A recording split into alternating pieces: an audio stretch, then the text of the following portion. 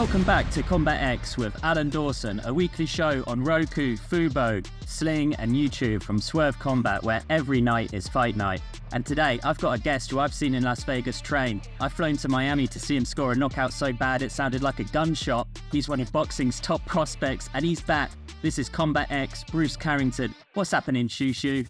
Man, I'm happy to be here, man. That was one hell of an introduction. I like that. Oh, it's easy intros with guys like you. You know, I've known you for a couple of years now, and you know we've hung at a couple of fights, and yeah, that knockout. I want to take you back to that fight against 𝐂𝐸𝐿 in Miami. It was in the second round. The connection of your glove fist with this guy's bones was just gross, a thunderous finish, and it really made the featherweight division sit up and take notice. And since then, you keep getting these knockouts. Is it a case of like you're perfecting the craft of power punching or finding your man strength age 27? What's the secret to, you know, putting these knockout wins together now? not necessarily. To be honest, I strategically did not like show everything. I mean, I still haven't shown everything that I'm capable of, but certain things in my game that, you know, people would overlook. You know, I purposely wanted like to have that wow factor. I didn't want to just spoil everyone with just early knockouts and stuff like that, because I started off with it, but then I was like, okay, I want people to focus on like my strategic approach, the way I'm, you know, technical and whatnot. But I just felt like I was being overlooked and underappreciated and whatnot. So I'm just like, okay, now I'm gonna start putting the pedal to the metal, because now y'all playing me. So yeah, so now I've just been really locked in on getting these guys up out of there when they don't belong there. And Jason Sanchez, he was a good opponent for me to start that with, especially because he has guys that he's fought like Oscar Valdez, Blue Nose, Zelfa Barrett. He fought a few guys, man, and they didn't stop him. Like, he had never been stopped at that point, and I was the first one to do it in the second round in that fashion. So it was like, yeah, like I really wanted to let everybody know that I'm on a different level than anyone that he's ever fought or anybody in my weight class. What was life like for you growing up in Brownsville, Brooklyn? Man, it was always something like special for me, because, you know, people in Brownsville, they was always behind me no matter what. Like, every single time I had like fought out in New York, they were like just always behind me. Like, there's like tons of people that's come to show support. They always showed a lot of love. And but at the same time though, like, Brownsville is Brownsville, you know. Like, I'm waking up 3 a.m. to the sound of gunshots, you know, people getting stabbed, robbings, and you know, it was a lot of things going on, a lot of things happening. So I just felt like that also made me, how can I say, like, with a little tougher skin, you know what I mean? Like, that made me the guy I am today. If you're hearing gunshots, they're happening so close to you. What you know, how did you stay in? You know, did you know boxing at this time, or how did you stay away from that and stay, you know, straight in sport? Well, I gotta give a lot of that credit to my parents. Like, granted, I don't think I would have been interested in anyway with that, to be honest. But, you know, things, if my parents wasn't around, if they weren't around, then I can't say that I still would have like gotten out of that type of situation. Like, you know, with the influence of just the gang activity and all of that stuff. My parents did a great job with that. Like, they started me off with boxing at the age of 7, really early. And it was just school, homework, boxing, or school, boxing, homework, like, and home. Like, you know, it was just, that's all it was. You know what I mean? That was my day to day. There wasn't too many kids that I could relate to, you know, around that time, unless they were in the boxing gym with me. So like all that hanging out with my friends and whatnot, like, we just had like total different mindsets. Like, the things that they were interested in, I was kind of interested in, I would say, more mature things, you know, because I was already thinking about setting my family up, getting, you know, millions of dollars, become a world champion at the age of like 7. So, you know, they did a really good job when it came to that, and I just kind of just followed the path. Yeah, I love to hear that, because, like, you know, when I think of Brownsville, I'm not from New York, I've never lived there or been there, but, you know, I think of Mike Tyson, Zab Judah, Manny Jacobs. What is it about Brownsville? You know, now I'm thinking 𝐂𝐸 Carrington. What is it about Brownsville that is creating, you know, top tier boxers? What are they putting in the water over there? So I like to look at it like this, right? In the United States, like New York, the New York attitude is like one like no other. You know what I'm saying? Like, you can't really compare New York people to people anywhere else in the world. And then you have people from Brooklyn, which are like, you know, 5 boroughs is like, it's real grimy, you know what I'm saying? Like, it's real aggressive. And then you have Brownsville. Brownsville is a place where people from Brooklyn don't even like to walk through at a certain time of night. And only the tough survive, man. You know, only the strong survive.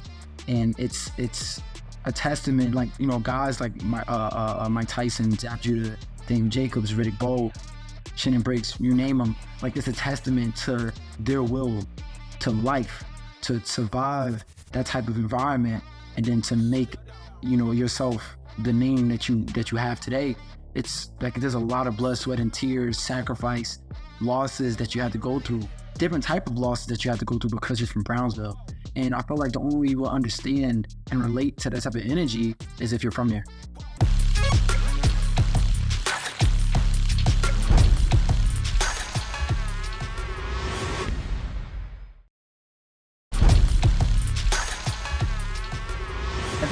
Is there camaraderie between the Brownsville boxers? You know, have you hung out with Mike Tyson at all? You know, is he giving you any advice or anything like that? Or 𝐒𝐤𝐸 or any of these guys? Yeah. Well, Mike Tyson, I haven't had like a one-on-one with him since I was like 12, 13 years old. So I think he probably forgot about that whole interaction. But my dad basically has like a mutual friend with him. And, you know, he just invited me and my dad over because Mike was there just chilling. And my dad brought one of my videos from one of my amateur fights. We sat there and just watched it. He gave me a bunch of pointers. Like, he was telling me how, like, basically like a little bit of peekaboo style, like bend your knees and stuff. And when he's demonstrating it, right, he's telling me to bend my knees and roll with the punches. And he's like, no, let me show you how to do it. And he's like going lower than me while he's doing it. I'm just there sitting there and all like, it's Mike Tyson. He's telling me, oh, you know, it was so cool. But guys like 𝐒𝐤𝐸 gives me a lot of pointers. I was a sponge to guys like Dame Jacobs. He was my favorite amateur boxer growing up to watch. Super entertaining to watch. The way he just threw his punches and bunches and his combinations were just like something I've never seen before and at that point in time. So yeah, no, there's some camaraderie with the Brownsville boxers. And when did people start calling you 𝐶𝐶? Well, that was always a baby name, but you know, yeah, it was just a baby name that my dad had called me. You know, I'm a junior, you know, so Bruce and Bruce is like confusing at times. So I don't know where he came up with 𝐶𝐶. He just came up with 𝐶𝐶. It has nothing to do with my name, my government at all. You know what I mean? But 𝐶𝐶 just came up. And but I like the Egyptian meaning behind it. It's the one who rises above all. And through the things that I've been through in life, it seems pretty fitting. Yeah, I love that. And I think I already know the answer to this because, like, you know, we've been speaking for a couple of years and definitely hearing you gain more and more confidence in your abilities at, like, the highest level at featherweight.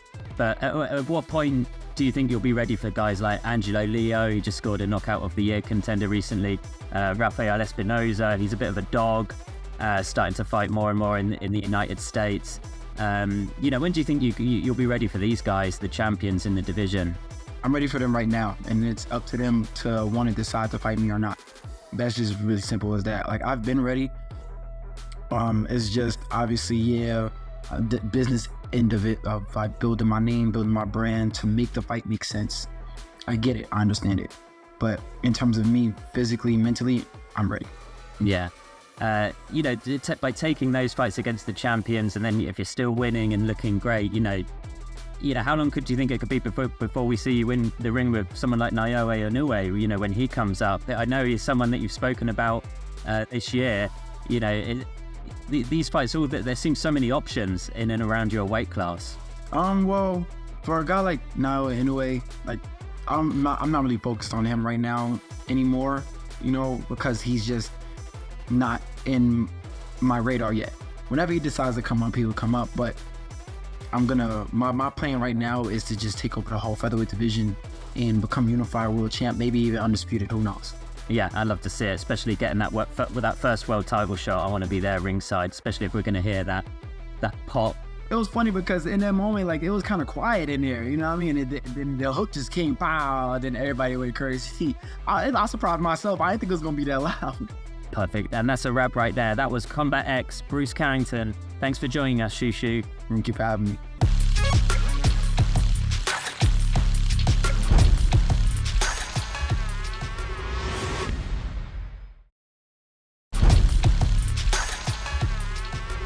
Bruce Carrington back in the building. How you doing, 𝐂𝐶? Man, I'm doing great. Fight week is going, fight camp is going great. Yeah, I'm already getting ready for fight week. Yeah, I was going to say, it's already on your brain. You're ready to go already. Already locked in, man. But yeah, I'm super confident going into this fight. Everything in camp is going smooth. Things we're working on is going real smooth. I'm ready to go right now, man. I got to tell you, like one of the last times I spoke to you for the show I've got on Roku, and I did the intro and you said it was a great intro, but I think I can one up that one this time round because you are for sure up there with one of my wife's favorite fighters that you got a couple of years ago. Whenever we speak or whenever you've got a fight, she's always interested in your career and journey. I don't think there's any praise. If Mrs. Dawson is down with a fighter, then they're doing something right. I appreciate that, man. Give the wife my love, man. I appreciate that. Yeah, you're returning to the ring on July 26th, and I want to kind of put a few things in perspective. Like, I know you're Brownsville through and through.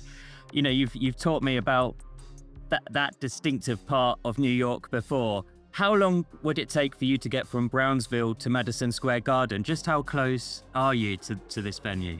It'll be like a one train ride, about a 45-minute train ride, right to Madison Square. Just right from up Rockaway Avenue, take the 3 train, straight to 34th Street, Penn Station. You're right under Madison Square Garden. This takes you right there. Did you visit it when you were a kid? Did you see like basketball or fights there, music? What are your favorite memories as a kid? Definitely, 100%. Plenty of times. Like, I used to always go to the Hulu Theater for the New York Golden Gloves. The Daily News Golden Gloves was like, it's like a big thing in New York, man. It was like an awesome time during April every year for everyone to just, you had an excuse to miss the gym and miss working out to go to enjoy the fights in the Golden Gloves throughout the whole tournament. And but on top of that, my favorite, well, I can't say it's my favorite, but one of the most memorable times I've been in Madison Square Garden was in the big room was when Miguel Cotto fought Zab Judah. And it was very memorable for many reasons. Like, I got some really, really good floor seats to watch that fight. Zab Judah, he was doing really well in the beginning of the fight. And then, Cotto started hitting him low and, kind of changed the momentum of the fight with her. But honestly, the thing that I remember the most of the fight, I was sitting right next to Tashina Arnold, right? Tashina Arnold, she's Pam from Mario and whatnot, mom from Everybody Hates Chris. And, my parents, they let me stay with her for a little minute just so I could just experience the fight being on the floor and whatnot. But then, when they were kind of like, they didn't want me to overstay my welcome, so they were about to take me back and just about to go up to our seats. She's like, no, keep him here. I got him. Let him stay for the rest of the fight. They was like, okay. They let me stay with her the whole night. She took me to the post-press conference and everything. Like, I spent my whole night with Tashina Arnold. Like, that was so crazy. And that was one of my favorite experiences in Madison Square Garden. I love it because, like, even as a kid, you've always been bouncing around with well-known people. Like, I remember you telling me about your one kind of moment with Mike Tyson. When your dad took him around his house and he was kind of showing you some moves and you were like, oh my God, this. Yeah, blew my mind, bro. Like, and he was in super shape too. Like, at that time, Mike was super slim, and it wasn't like he looked drained or anything like that. Like, he looked in decent shape for the Jake Paul fight. He looked in okay shape for the Roy Jones fight. But that time that I saw him, he looked like he was ready to get back in the ring. He was so small and ripped and lean. I've never seen Tyson like this in my life. And the way he was demonstrating things to me and the way he was getting low, and you could tell just the muscle memory of 𝐶𝐶 teaching him how to just duck under punches. He was just teaching me out of all people, and I was just like in awe. Like, it was such a great moment I'll never forget. Yeah, I can see why. Like, I know you've fought in the theater before 6 times, if I'm right. So this would be the 7th. but it's such an iconic venue, even like being anywhere near, I grew up nowhere near New York, but I'd heard all about it for years ago. It's basically your hometown venue. What does it mean to you competing in this venue to one day, maybe headlining in the big room? I love fighting in New York, because I want to continue to put, New York boxing on my shoulders. I feel like New York boxing has kind of been pretty quiet for some time, but now you have boxers like Edgar Berlanga, you have Richardson Hitchens, world champ, and you have myself coming up. I feel like we're starting to wake people back up again. It's getting New York excited again. The fans have been craving their next boxing star. And, I'm happy to be, one of these guys to be bringing it back. And me treating them with fights over and over and over again, it's building me up as well, too. I love it. It's making me, very, and keeping me very in tune with the fans and knowing what they want and what they want to see. And then, satisfying them with giving back and whatnot. And, we just kind of just get together and get closer, time and time, every time I do that. And then, for the fact of me being away from New York, because I live in Vegas now, it makes them hungry for more. They're not getting too used to me. They're not, what I'm saying? They're not always seeing me all the time. So, I like how everything's being played out.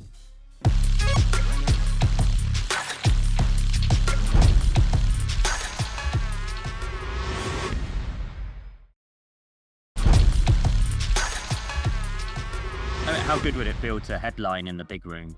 That'd be a dream come true. That'd be such a dream come true. Come on, Top Rank. Y'all can do it. Come on now. You see, he's the one that brought it up. I ain't say it, so the people want it. All right, come on. Let's deliver what the fans want now. But I really think that when the time is right, it'll happen. I don't think the time is right now. We need a big fight. We need a really big fight for it to happen. And the time is gonna come for sure. I know it is as well. I think it just comes back to, you being a kid and seeing Cotto and Zab.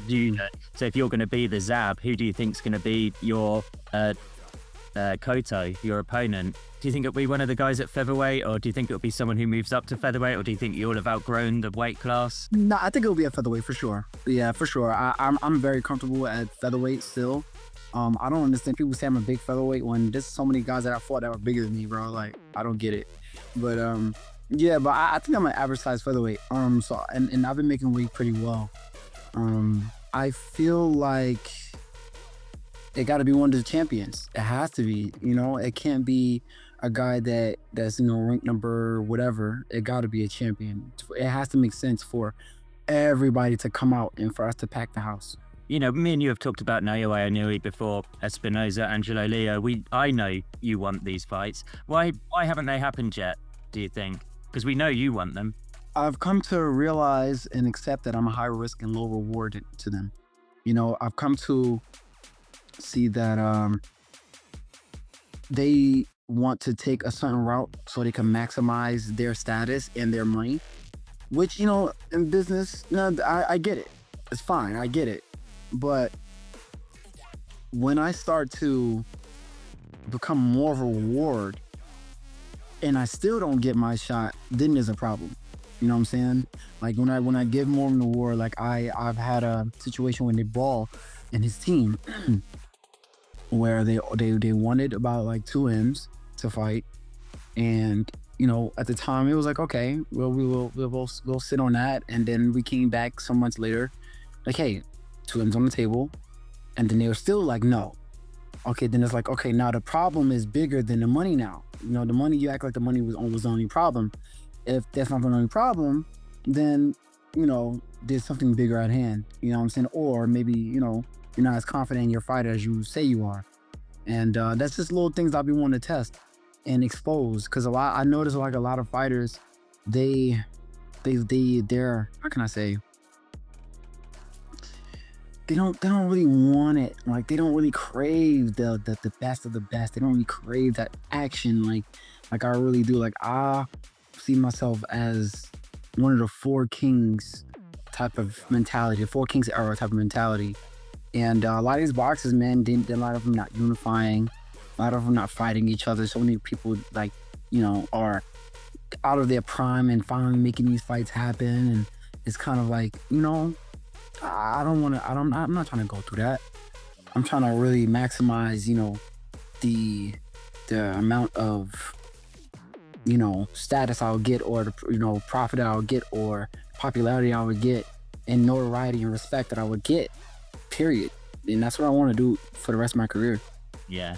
Is that why do you think this next fight is so important? Because if you see yourself as being high risk, low reward for other, either big name or world champion fighters in your division, to be able to have that interim championship, kind of a mandated #1 shot, this kind of is meaningful to force those fights to happen. 100%, 100%. This is a major chess move on our behalf, and I'm ready to take it. I'm ready to take that step. And after this, we're gonna see how to, how everything just falls on the table. But I'm really excited, and I know I'm gonna show out. I know I'm gonna perform as I always do. I just really want to be able to have my shot, man. That's why I've been pushing out the hashtag. I just want my shot. Yeah. It takes two to tango. I'm out here yelling and screaming, I want this title fight, But but I'm putting in the work, and I'm letting everyone know. I'm putting out to the public. I want to make these fights happen. So when they don't happen, y'all know it's not because of me.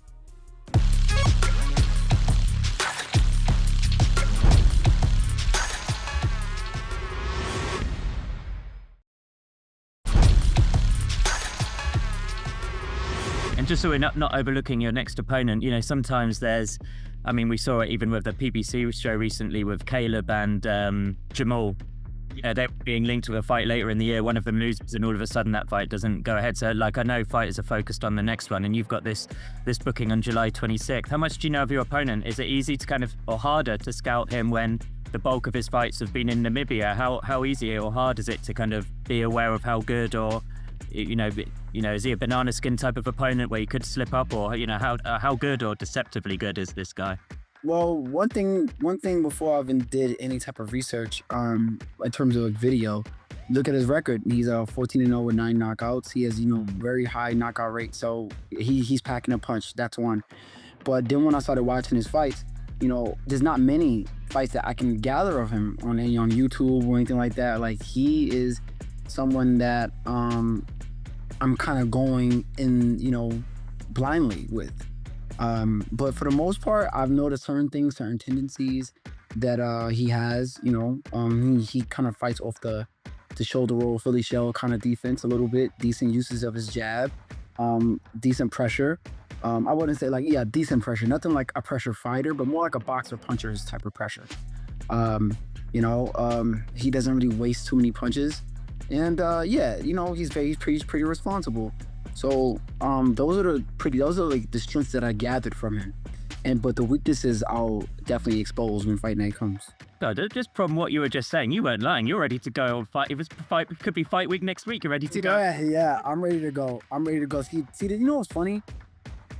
When I was commentating, right? Me starting to commentate, I have to do a lot of note taking and fight study for the fighters that's gonna be fighting on a particular card.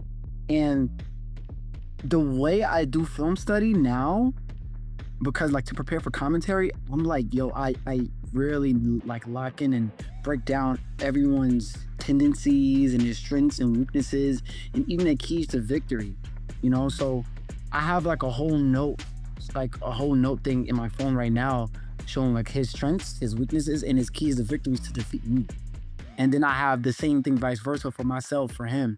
So no, I'm like a geek when it comes to this, man. But we've got to be careful, because you're taking over the commentary game. You're already going to be taking over the boxing game. Sooner or later, you're going to be taking over the writing game as well. Watch out.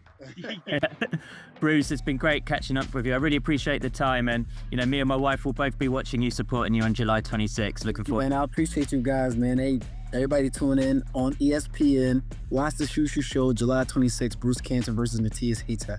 WBC interim title, baby.